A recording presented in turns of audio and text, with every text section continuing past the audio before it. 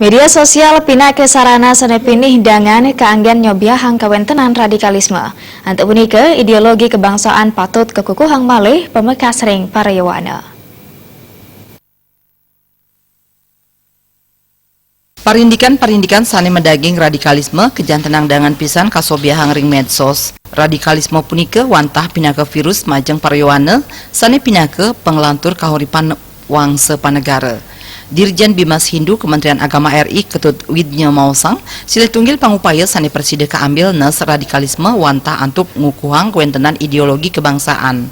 Parindikan puniki persida kekawitin saking undagan keluarga. Sangkaning punika Krama Indonesia pemekas parayuana mangdek katua kang pisan indik baya radikalisme. Parayuana kaaptiang wicaksana saha nyelehin kuentenan gatre sane kepanggihan ring media sosial.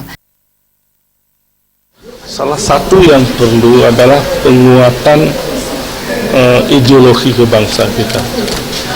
Ya, penguatan ideologi kebangsaan itu saya kira harus dilakukan melalui penguatan pembangunan keluarga.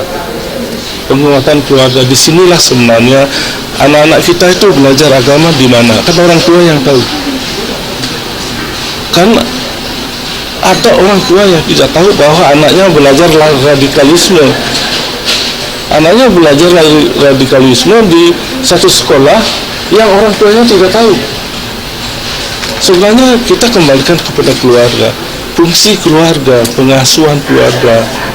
Ini yang harus dilakukan oleh negara, menguatkan fungsi keluarga.